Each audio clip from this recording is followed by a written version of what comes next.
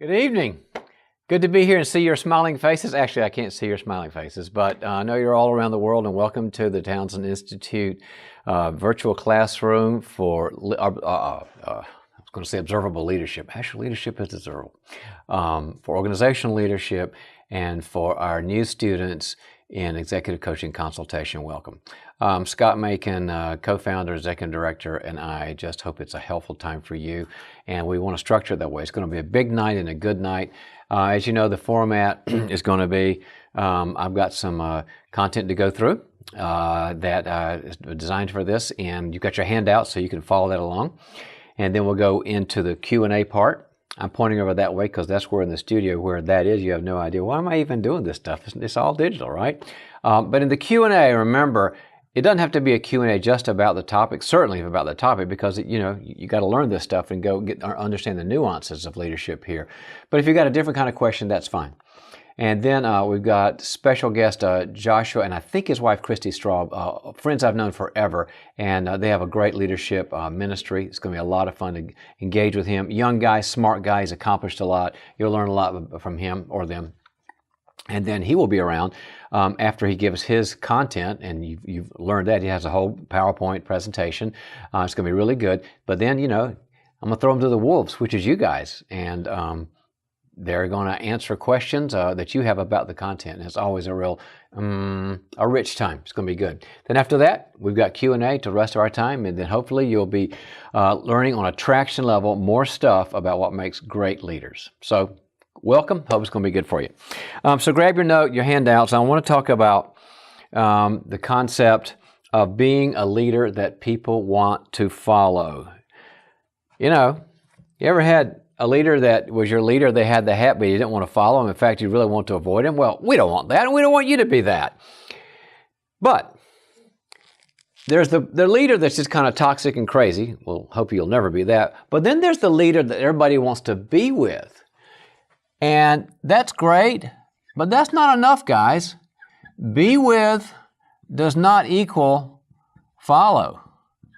Sometimes a leader is somebody you like and you love and you feel good with them and you feel energetic with them, but they don't bring any kind of direction or gravitas to their leadership relationship. You kind of want to hang out and go get a beer with them. Well, it's great to have somebody you feel close to, but it's got to be that people want to follow you too, meaning you lead, they follow. That's how the two words interact. So I've got several ways that I think that this works. This thing I've noticed about in leadership and people and this sort of thing. And so I've got 1, 2, 3, 4, 5, 6.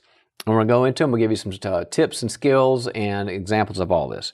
A great passage that I love about this is in Matthew 5:14, where Jesus talks about the same topic. He says, "You're the light of the world. A town built on a hill cannot be hidden. Neither do people light a lamp and put it under a bowl. Instead, they put it on its stand, and it gives light to everyone in the house." It's about you being light. And people want to follow light. And there's ways that you can do that that are very practical and work very well. Okay, in your handout, the first one is observable execution. Observable execution. Remember, I started off our whole talk tonight saying, well, welcome, observable leadership students. I guess you could tell where I was prepping. Observable execution means they've got to see it. Think about Wizard of Oz, right? And, Dorothy and all her buddies end up in front of the Great Oz in the Emerald City, and there's this big voice and a scary hologram, and then, the curtain opens and, there's a little old man turning the crank, and what's the big message of that? Ignore the man behind the curtain. Well, it doesn't work in leadership. You don't ignore the man or woman behind the curtain. They've got to see you leading. It's not just about pushing buttons and levers. That's management, and that's sort of getting things done. But if you're going to lead people, they've got to see you in motion, see you in action. I was working with a CEO of a large company that they did a lot of manufacturing, and they had several plants around the country where they manufactured certain items. And very successful, but he wanted to retain me so that we could talk about scaling. How do you do a lot better? And one thing I noticed was that he was at the home office where one of the larger factories was, But he was working with his team, and I said, you got to work with your team, but somebody's got to see you as well. He's working with 7 people, which is a good number for direct reports. And I said, you've got to make 2 trips around your factory, because not only are you the business, running this whole thing, but you've got to like be seen. It's going to take you, I don't know, 30 minutes. A trip around the factory, just going by, how's it going? How's the machine? How's life? That looks good. Try this. Do it like several times a week. And it changed everything. Because not only was he the captain of the whole thing, the whole multi-site thing, but in his home turf, people would say, yeah, he shows up, and we see him. And that word got out culturally to all the sites. So they've got to see you operating. Some leaders have a disease, and when I work with clients, I'll call them on it, and I'll say, we got to deal with this. They have what I call narcissism. Well, narcissism spelling wrong. Narcissism. Narcissism. No. Take all night doing this. Phobia. Narcissism phobia. Meaning they are so afraid of being seen as arrogant, as being seen as entitled, and being seen as a diva. Nobody wants to be that they go way into the background. And sometimes the whole servant leadership thing gets tied in there. The concept can sometimes be problematic because, like, well, if I'm a servant leader, I shouldn't be out there being a leader and, being the person they see. I want to get in the background. That's just, Jesus wasn't that way. He washed feet, but he also got out and preached to thousands. So narcissism phobia is when somebody's got a conflict, emotional conflict about being out there in the light and saying, hey, this is my company, this is my division, this is my church, and I want to lead this, because people need to see that, right? So watch out for having narcissism phobia. I've had to work CEOs out of the way in the closet into saying, get up there, show your face, get on the videos, do the video conferences, be the person, be the man, be the woman, all right? Here's the second one, personal warmth. Personal warmth. Now, you're at the Institute, and you did your 10 process groups. And if you don't know by now about attunement and warmth, you've been checked out, somewhere, because you better know about that stuff by now, of how personal warmth and attunement and empathy and vulnerability and all that great stuff tie into performance. All the research is going there. Read Patrick Lencioni, read Brene Brown, read me, read all these people that are looking at this stuff from a psychological, neurobiological perspective. Personal warmth makes people want to follow you. Now, how does that happen? It happens when you are truly engaged. I don't mean just engaged like, how's your day? Truly engaged. I'll give you an example of truly engaged. I was working with a company that were doing real well, and they just everybody wants to scale, right? They want to add another zero to what their returns are. Nobody can blame anybody for that. And I would come and meet the staff. I knew the staff really well, and I began noticing that the CEO was a really good guy, but he didn't have that personal warmth. He was a nice guy. He was a positive guy. That wasn't the problem. Nice and positive. But he really didn't engage on the negative parts. And so, when somebody's always positive with you and never engages in the negative, you don't feel connected. So I just told him one time, I said, I don't think you're really connected. Oh, yes, I am. I listen very well. I said, I don't think you do. So I said, look, let's do this. I'm going to walk with you. I'll kind of shadow you, because I knew all the staff. There was probably 7 or 8 people. On a Monday, when I fly in, I can fly in on Sunday, and I'll walk with you through Monday, because he would walk around and just check with people like you do on the weekend. After the weekend with your staff. On a Monday, how was the weekend? And that's when you say, how was the soccer? How was the dinner? How was whatever? So we walked with him, and he went past one person, I think maybe CFO. Hi, so how was your weekend? The person went, it was all right. And he went, oh, that's just great to hear. And I knew he was checking it off in his head. Goes to the next person. So how was the weekend with family and everything? And she went, okay, fantastic. And I'm just horrified. So we got back to the office, and I said, you're not the worst listener that I think is in the business. I think you might be the worst listener in the history of the universe. So we kind of went at it a while. I said, let me just do it for you next time, because I think it's a skill. So the next time we come back in, it was about a month later, I fly back in.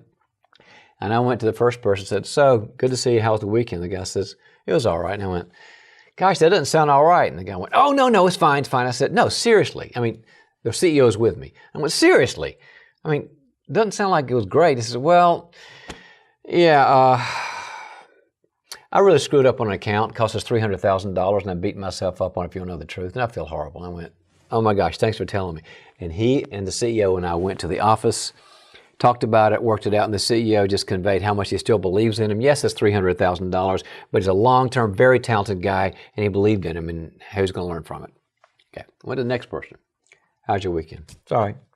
Now, that doesn't sound okay. And when I finally dug in, she said, well, one of our kids is really sick, and the doctors are diagnostically, she's seen a bunch of doctors, they're all scratching their heads, and it scares me and my husband to death, and we don't know what to do, and we're terrified. And I said, we've got to talk about this. Went into that room and just had a nice 7-minute, it wasn't a therapy session, it was just a nice session with the CEO of how can we help, how can we support you, do you need to take some time off, check out the insurance, blah, blah, blah. And she kind of knew that we were on her side, got back. All it took was those 2 examples. And we walked back and he said, okay, maybe I'm not the best listener in the world. So nobody knew that his warmth was really real because he would never go to the negative and the needs. Remember, warmth is great, but it really counts when you go to the negatives, which are the problems, and when you go to the needs, right? My pen has many needs here. Let me just write harder here. Negatives and needs. Negatives are the failures and the screw-ups and the losses, and the needs are like the 22 relational needs that we talk about that are coming out in the book. Like they need empathy, or they need wisdom, or they need challenge. If you can go to the need level, negative level, you're a warm person. So don't forget that part. All right, then the third one in your outline is clarity. And what's clarity about? Clarity is about a little thing called focus, like a laser beam. People want to follow somebody that's clear. You know why? Because we're all sort of ADD nowadays. I mean, everybody's, we're distractible. Here's my Apple Watch. I got 14 texts, and then we got our phones, and we got TV and social media, and there's all this stuff to distract us. Even if we don't have ADD, we have ADD. And so a leader's got to be the one that says, okay, troops, coming together, let's focus back on what we're about. And people go, thank you, because we had this team meeting and everybody's rambling, and somebody that loves to talk about the philosophy of finance and what, happened in the 1300s. Where are we going? We need somebody to focus. And that's when you say, let's go to the important thing. I'll give an example. I like board work. I'm on, different boards from time to time of, either business or ministry or service. And I was on one, it was a ministry board of an organization I believe in. And so we're having our board meeting, and we're talking about the purpose of that organization, what's it there for. And it was a ministry to help children who were, not treated well and had failure to thrive, and they weren't getting good relationships and good structure and good focus. They weren't very safe. And so I'm just kind of brainstorming, and I said, I would love to see for this organization, because I'm kind of a big picture person. I said, I would love for it to be a best practices exporting organization. Best practices exporting, to know what we're doing so well that we then take in people for a couple of days, a few times a year, and show them how we do it, and then they go do it. And so they're the place that we go to do children help, and we can get our white pages and our systems and our philosophies and our values and our processes and all that. I thought it was a pretty good idea. And the other board members got kind of like excited about it, and then the founder, really close friend of mine, says, I think we need to focus on the kids. And everything stopped. And it should have stopped, because I was doing my own AD thing. I was kind of manic. And he said, I love all this stuff, but we need to focus on helping the most kids in the best way. And I said, you know what? Thank you. Thank you. That's really reset all of our buttons. And you could tell. We all wanted to follow him. We still do. I mean, I love being on that board because he focused on the important thing. Focus. What did Bill Clinton do back in the election? It's the economy, stupid. That's a focusing, clarifying statement. So make sure you're doing that. People follow somebody who gets them out of the random world of so much information where you can't think clearly. The fourth one, buy into the vision. Buy into the vision. Well, you've been in the Institute long enough to know, and in any kind of organizational theory that we teach, that there's mission and vision and core values, and then that leads to goals and strategy and culture and all that. Well, what is a vision? Well, a vision is Remember? It's a story. It's got story in it. It's got emotion in it. And it's got future in it. That's vision is about the future. You can't have a vision about today because it's already today. A vision's about the future. So it's got to be a story in there somewhere, like how we ended up doing what we're doing. So I was selling ice cream out of my, trunk of my car. Gosh, then it would melt anyway. But then how it turned into a bunch of ice cream places or whatever. And then emotion, we see how people love that ice cream, and it brought families together, and people had such a good experience and great memories. And then future, and we want to see that our ice cream goes to, all the continents and all this. I mean, every vision statement's got that in it. Well, your job, when it says buy into the vision, you're the one that's got to do what Patrick Lencioni says, over-communicate it. You've got to be the one ranting and raving, and you've got to be on the soapbox talking about the vision ad infinitum, ad nauseum. Why? Because people need repetition. They don't need boring repetition. You've got to be creative in the way you do it. But you're a salesperson for the vision. You can't tell somebody, I'm your boss, have vision.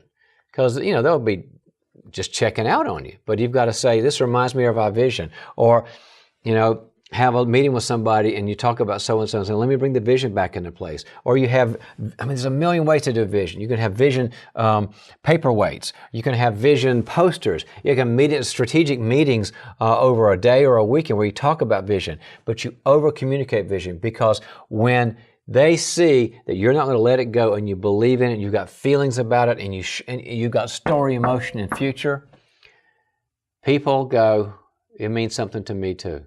I've always been amazed at that, because I used to think, before I got in this world of leadership many, many years ago, why would somebody want more? If somebody owns something, I get it. If they're the CEO, if they're the owner, I get it why they got vision, because it's all on them. But how in the world can they make somebody on a salary or even somebody paid hourly to get vision? It seemed like people just say, just give me a paycheck. I'll go home, take care of myself. But God did not make people like that. God made people to need vision. Vision for themselves, vision for their family, vision for their work. And we've got some people who they just don't want to be, or don't have the capacity to be, anything more than hourly employee or a salary employee, but they need vision to go, I'm part of something big here. It's bigger than me. It's transcendent, and I want to make it successful. You tap into that by over-communicating vision. It's great. And then attraction and frustration, meaning every leader has got to have the balance, and it's a balance. And now, in the clinical world, there's another word for that called titration. Like when you titrate two chemicals together. Boy, I just so messed that up. But you get the word, I hope, titration. You get two chemicals together, and you got so much of this, and it kind of causes a formula. And every great leader knows that you've got to attract people, meaning you've got to be connected and kind and listen better and all that. But you've also got to know when to frustrate them, meaning use your boundaries and sometimes say, let me challenge that. We're not going to go that way. I've got a problem with your performance. What's going on here? They've got to be full of grace, which is attraction. They've got to be full of truth, which is the frustration. Somebody does too much frustrating, then everybody just gets discouraged and doesn't want to be around them. If somebody is too attracting, guess what you've got? You've got to be with. I just want to be with them. I don't want to do anything they say. I don't really respect them all that much, but I love to hang out with them. That's a problem too. And there's always a balance of titration and frustration. Generally speaking, heavier on the attraction side. It's not 50-50. I think it's probably more 70-30, 80-20 really on attraction over frustration. If you've got very high-performing people, they just want to get to work and do stuff. You've got people who aren't quite high-performing, or they've got problems. You've got to deal with them more on that level. And I'm just kind of making that number up just in my experience, or that ratio up. But they've got to be both in there. And if you're not telling somebody the truth every single day, an uncomfortable truth, this is hard. Let's push you. We're not doing what we should. We've got a problem here. If you're not doing that every day, if you're just being everybody's counselor and just everybody's pastor and not really bringing the frustration in, you're not going to have people that want to follow you. You got to have both. And then the last one is reality. Well, reality. Reality is a great thing. You know, Woody Allen said that the world and reality in the universe is not a great place, but it's still the only place you can get a good steak. I just thought that was profound. It's just, you know, reality is what there is, and it's, you know, it's got a lot of problems, but still good things in the universe. And reality means basically to be vulnerable, to be somebody that people want to listen to, follow. You got to be vulnerable. And it's kind of funny because back in the day, before we started doing research on this, everybody thought the leader's got to be Superman or Wonder Woman and have it all together and have all their act together and perfect kids with perfect teeth and, you know, perfect, you know, structure and be the first in the business and last out and all this. And who would want to follow somebody that gets up and says, I kind of didn't do a good job of leading last month, and that's part of the reason we didn't succeed as me. People thought, well, that's just going to make you weak and not respected. The research said that when people were vulnerable, when leaders were vulnerable, not about their childhood or their marriage sucks or whatever. I mean, that's kind of personal, but at work, about performance and goals and all that, when they're vulnerable about that, people want to follow them. And I'll tell you why. It was the principle of what's called identification. Identification, meaning you're vulnerable. I feel like you. I can connect with you because I'm not weird. I'm not all by myself. You have feet of clay like I do. I want to follow you because you're like me. I can't follow Superman. I can't follow Wonder Woman. At least I can follow them, but I can't identify with them. I can't feel like, oh, I'm like that. But somebody that messed up and says, I got to get back in my game and I really struggle. I let you guys down. I let myself down. I feel like that all the time. And think about that great passage in Hebrews chapter 4 where it says so much about Jesus' identification with us. One reason that we love and follow Him, it says that we don't have a Savior who didn't struggle, but He struggled in every way except without sin, that He understood weakness. And so that's why we love Him. That's why we believe that one of the reasons that the Christian faith is so special is that we didn't have to come up and be perfect like God. He came down to be like us. Identification. So be that way. Be vulnerable. Be a leader, but be vulnerable. You do these 6 things and really good things happen. So actionalize them. I gave you some examples for it. But people are just waiting to find a leader that can say, she's got some things that I want to listen to. And you'll begin to notice that when you speak, people pay attention. Why? Because you're doing things that help them to know that you're worth following. All right? Hope that's helpful. And we'll see you in a few minutes as we go to our questions and answers.